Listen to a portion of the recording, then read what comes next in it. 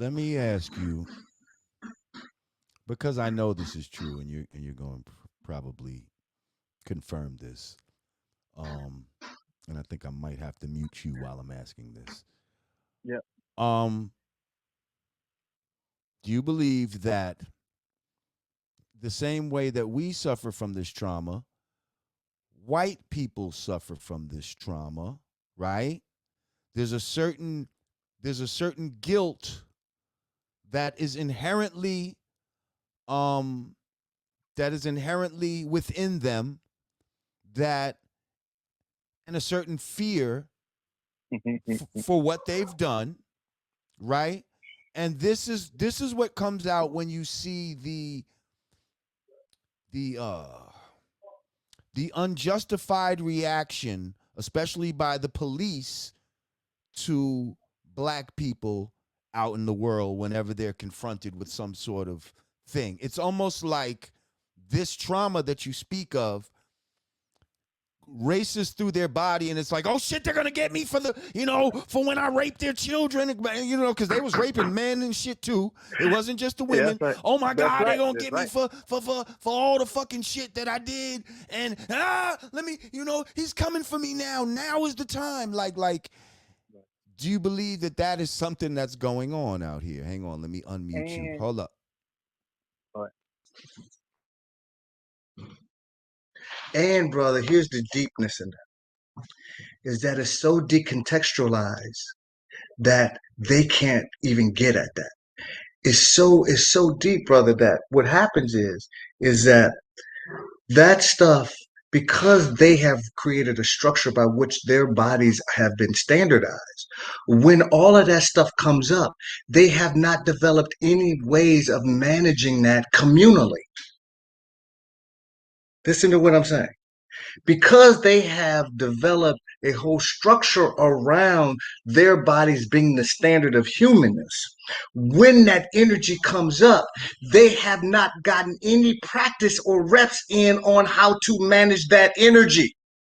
Right, so that's why that when you say something to them, they look at you like they're in shock, or they get like, oh my god, right, I don't even know why I did that or why that came up and stuff like that, because there is no communal container by which they can begin to deal with race. White folks don't have to deal with race. Bodies of culture and black bodies have to deal with race. White bodies do not. They cannot engage at all and be cool. We don't get to do that. Here's the other deeper piece, brother. Most white people that you know, brother, that you have ever known or been around, came from white folks that were fleeing something. Listen to what I'm saying. Most white folks that you know that are listening to this call came from people that were fleeing brutality. That brutality never got dealt with. And then when it landed here in this particular, when we talk about the English, I ain't even talking about the Belgium or the French or the Portuguese or Spain. I'm just talking about England, right?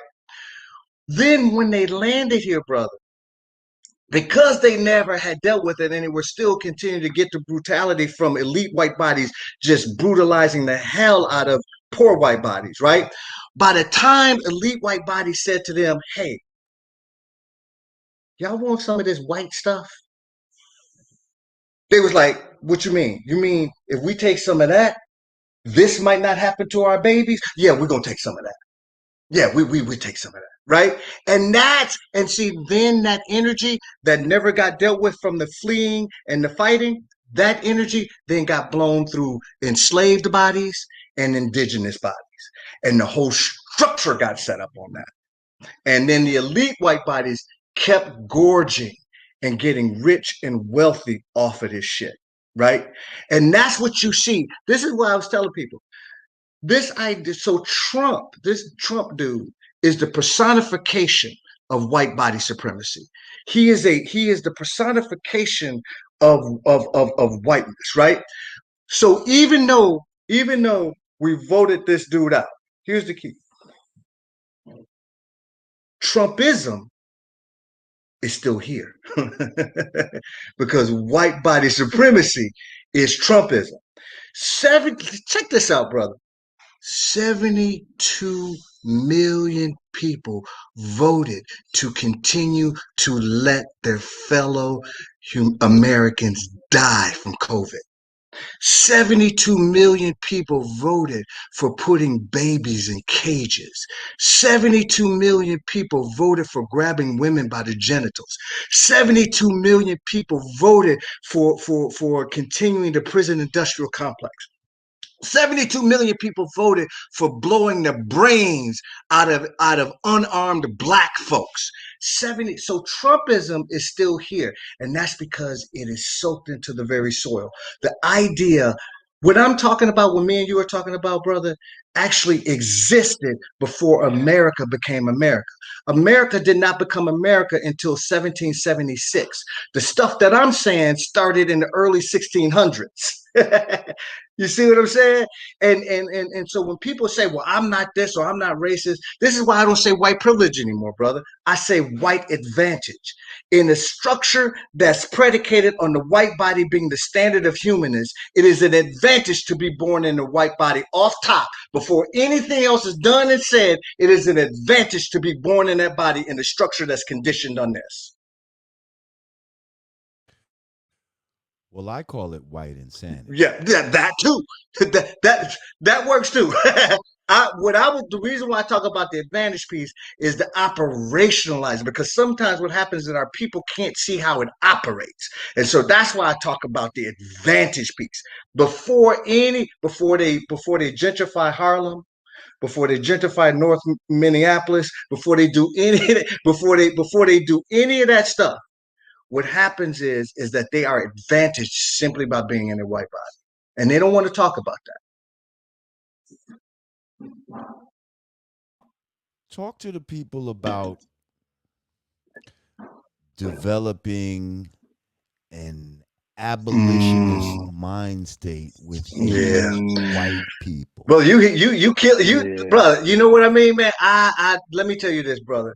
I'm doing my studies, yeah, brother. Because I'm gonna tell you, brother. There's a lot of times I get on the call with people and they ain't done shit. They get, well, tell me, and all this generic shit. They ask me all this generic shit, bro. I appreciate you, man. I appreciate you. So say what you just said again. I'm sorry, brother. I missed you. I said, tell the people about the importance of white people developing an abolitionist. So here's what I want to say. When I say, so there's a difference to me between abolitionist and what I call somatic abolitionist, right? And when I say somatic abolitionist, somatic means the body. I believe white folks have to develop a culture and a cultural container by which they have to begin to abolish white body supremacy in their bodies first. Because just like what you said, brother, you said this stuff, this insanity that white folks are working with, man, is deep and long and traumatized, right? And that stuff has never got worked through. And so for me, white folks have to, the reason why white folks can't get at this, they will develop strategy. They will tell you that they're an ally. They'll do all of that dumb shit, right? But what they won't do is sit in a room with other white people and start to begin to excavate this shit. They won't Lord Jamar to come in and tell them something. They want Resma to come in. They want the black ass guru to come in and teach them, but they won't sit in a room with each other's nervous system for the next 3 years, right? And do this work, not a book club, but do the embodied work. So all of that stuff that's been pussing up in them can begin to come up. And rather than them blowing it through my black body or blowing it through a Latinx body or blowing it through an indigenous body, they blow it through each other's body and then develop a culture around it so something new can emerge up out of that, right? That's somatic abolitionism. It's addressing it in the body. Because I say it's going to take at least 9 years not 9 years, 9 generations before white people even know what the hell is going on with race. White people have no idea what's going on with race as a collective. Like Brother Jamar, do you own your own house? Yes, I do. Okay, so do you got kids? Yes, I do. I have two. What's your youngest? How old is your youngest? 21. Okay, so so that 21-year-old, let's say that 21 years old boy or girl. Girl. Girl. So let's say she was 7 years old and she came up to you, right? And you doing your thing, you hustling, you get in the house, you doing everything you're doing, and then she come up to you, she say, "Dad, I'd like to talk to you about something." You say, "Sure, baby, come here." And she say, "I really think we need to think about how you're going to refinance this house, because I think if you start to refinance." If she start to say that to you, you look at her like she was out of her damn mind. You'd be like, "I don't know what you're gonna do, but this this conversation stops now. You go do something else. Talk about what you know about, but don't talk. Go, you know." That's the same thing that I talk when I'm talking to bodies of culture. What I'm saying to y'all is that the reason why y'all need to stop trying to educate white people is that you think it's a cognitive exercise. They have no concept. We are speaking totally different languages because our languages involves our body and not dying. And their language is about how do they create more bike lanes or biking paths or stuff like that, right? So that's the piece, brother, is that they have to develop culture, not strategy. So give the people some examples of how white people can develop culture. Like, what do you mean by developing culture? right, What are some right, things that right, they can do right. to develop within their culture to help change things? Right. So in my book, one of the things I talk about is embodied practices. Embodied practices, right? Not cognitive practices. How do I so Brother Jamar, uh have you ever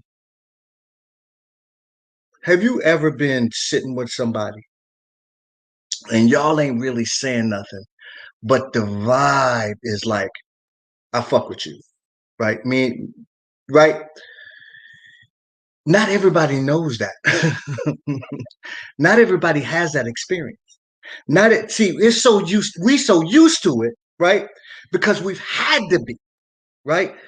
White people don't even know many times collectively what the hell we're talking about when we're saying that. They have to develop that, and the only way to develop that is to get in the room with each other and begin to do these practices with each other. Allow themselves to be witnessed. Allow themselves to be seen, to be held. Allow themselves to share, right? And around race specifically, right? Not everything else, not economics, not race specific, because race has a charge to it. The idea of race has a charge, right? And many times that charge has not been dealt with in the collective. And so that's what I mean about developing culture. You have to get and rub up against other people and say, "I don't like you no more. You don't like me no more, blah, blah, blah." And then bring your ass right back the next week.